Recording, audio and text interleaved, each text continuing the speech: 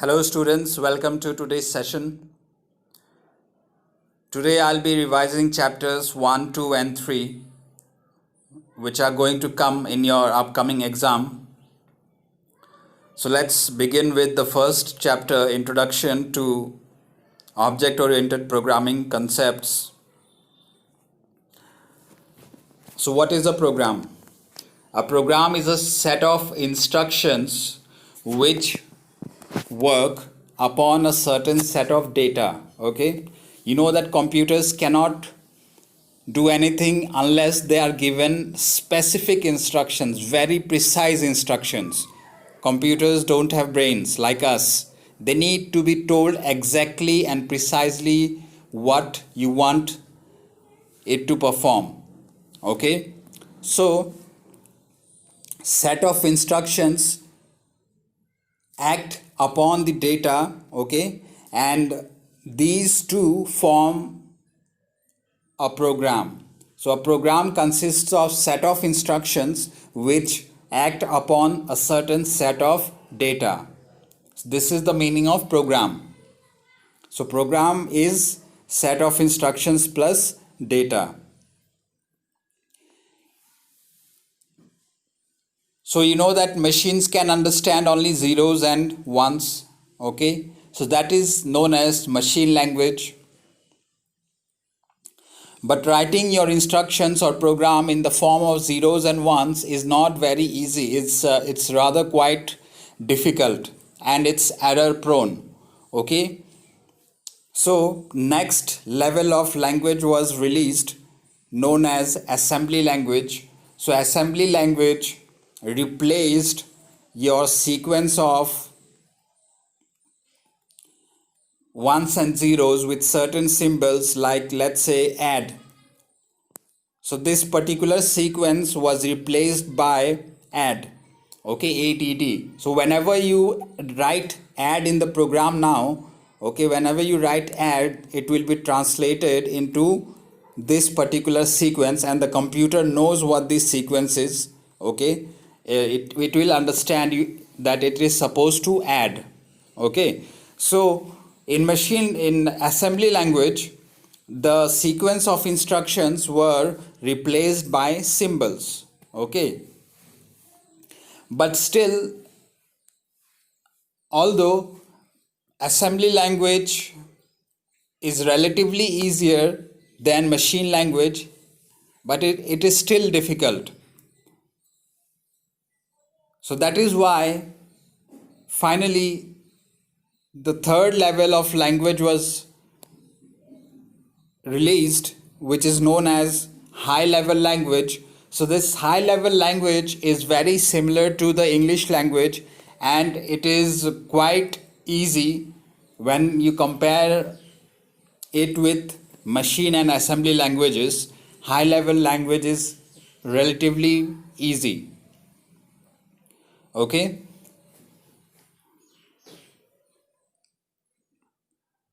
So machine language and assembly language are both low level language, okay. Low level means they are somehow directly related to the hardware, okay. Because the instructions are in the form of zeros and ones, okay, it is very close to the machine language, the binary language. That is why it is known as low level, okay, because it is closer to the language which the computer understands. But high level language is not close to the language understood by the computer, okay. It is far away, hence it is known as high level language, okay.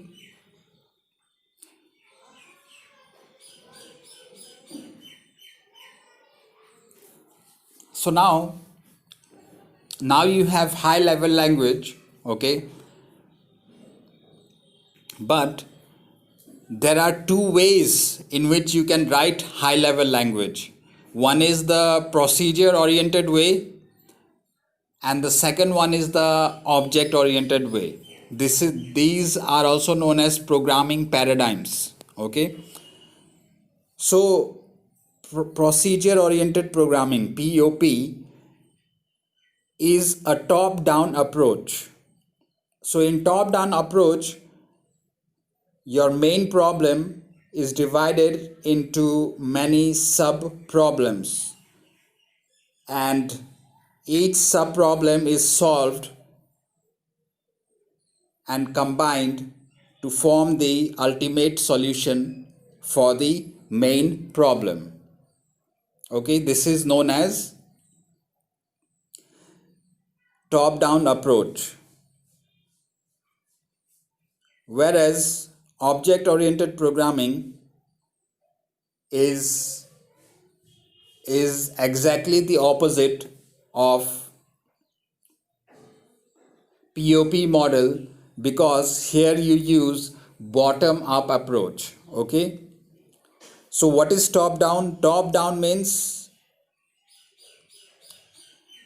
you are given a problem and you divide the problems into many sub problems. Okay, you divide the problems into many sub problems, and finally you combine the solution of all those sub problems and you have the solution for the entire problem. Okay, whereas in object oriented programming, you start from the bottom by combining different objects and you start building your project from bottom moving towards the up side. Okay, and finally you have the entire solution. So this is known as bottom up approach. So object oriented programming is a bottom up approach, whereas procedure oriented programming is a top down approach.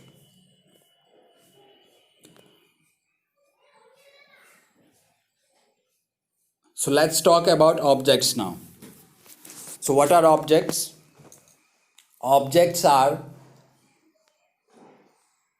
real world entities.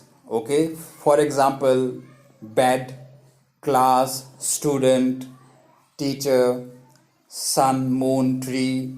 Okay, anything you can imagine is an object. Okay, so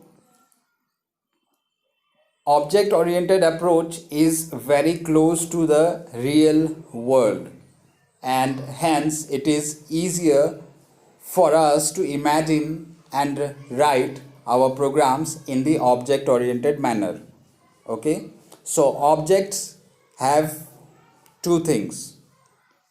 One is attributes and the other one is behavior.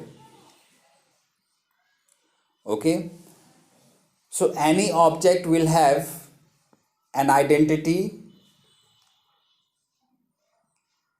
attribute and behavior. Okay, so for example, if I take the mobile phone, okay, so mobile phone is the object. Okay, if I talk about a specific phone, okay, so let's say some Samsung model, Samsung A1. Okay, so this A1 is the particular object identity. It's the identity of the object. Okay, and what will be the attributes of that object, of that phone object? So it will be like the dimension of the screen. Okay, what is the length, what is the height, then what is the, how many pixels is the camera. Okay, so all these are the attributes. Okay, number of pixels, screen size.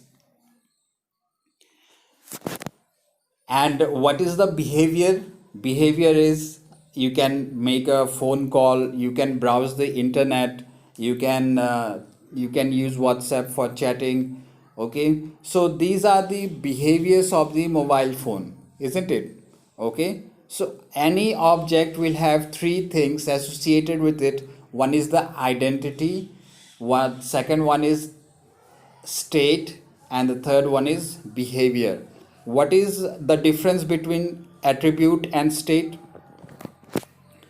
When you assign a value to attribute, that becomes the state of the object. For example, screen size. Okay, screen size, if it is 5 into 6, okay, 5 inch into 6 inch. So this 5 into 6, this particular is this value is the value of the attribute. Okay, so that is the state of the object.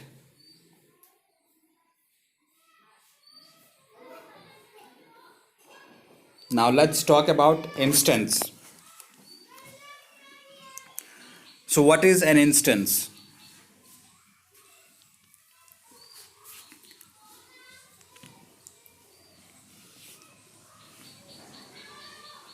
See, an object, the other name for an object is instance. Okay, there is no difference between object and instance. When you say that you are creating an object, you are actually creating an instance. Okay, so instance and object, they are both the same. Okay, now let's talk about abstraction, encapsulation, inheritance, and polymorphism. These four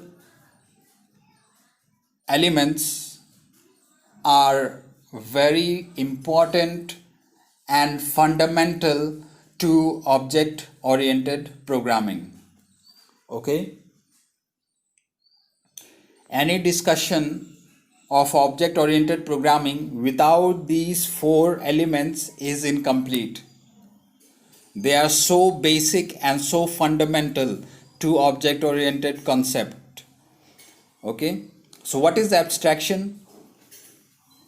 Abstraction means when you represent the essential features only, essential features of an object. Okay, for example, let's take a car.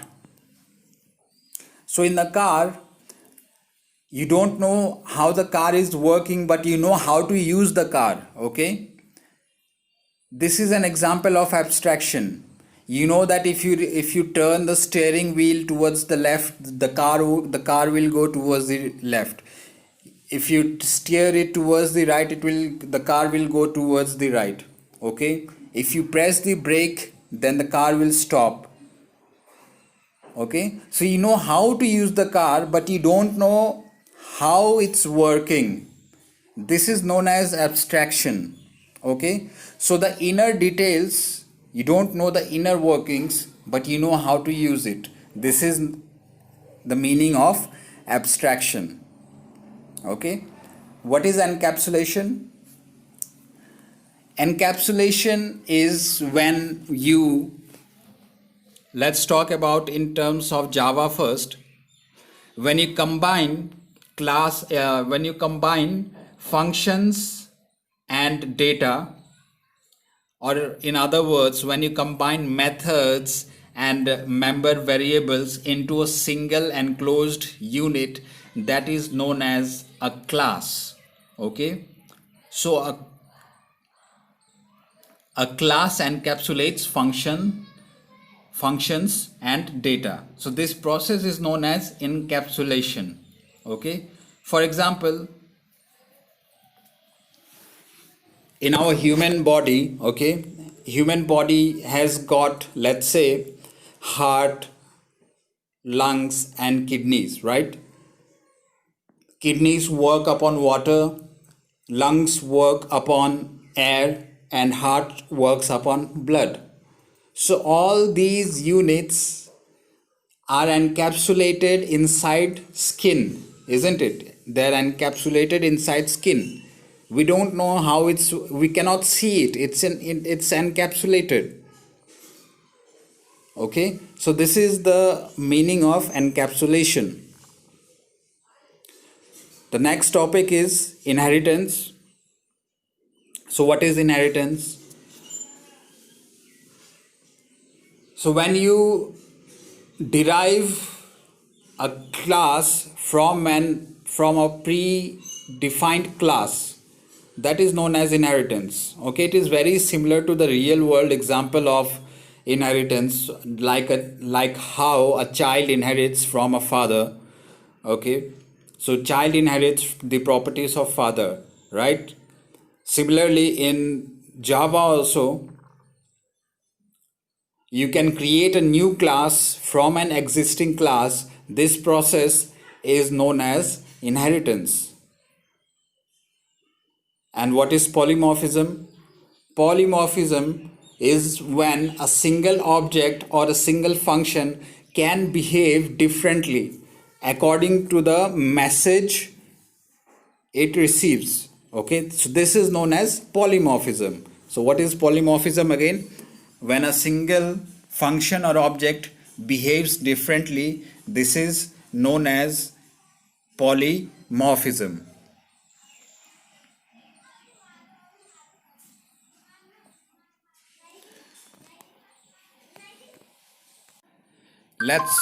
Let's also talk about class. Okay, so what is a class? A class is a blueprint. A class is a blueprint or a template from which multiple objects can be created. This is one definition. Another definition is what? That a certain set of objects, okay, which share common attributes and behavior, they are grouped together into a single class. For example, let's say different fruits, okay, apple, mango, grapes, banana, all these are classified as fruit, okay, because they share certain characteristics, isn't it? They share certain attributes. That is why this it's known as fruits. Okay, even an apple is a fruit, a mango is also a fruit, right? Let's take another example. For example, a car, okay, a car of a single brand, let's say, okay, or even different brands. All cars will have some common attributes, okay, like number of wheels, okay, the maximum speed, the minimum speed, then the color, the color of the car, the type of material used inside the dashboard. Okay, so all cars will have these attributes, isn't it? Although they will have different values, some car may be red, some car may be blue, okay, but they have these common attributes. So all these objects are called as cars, right? So all objects that share common attributes and behaviors are classified into a class. Okay, so this is the meaning of class.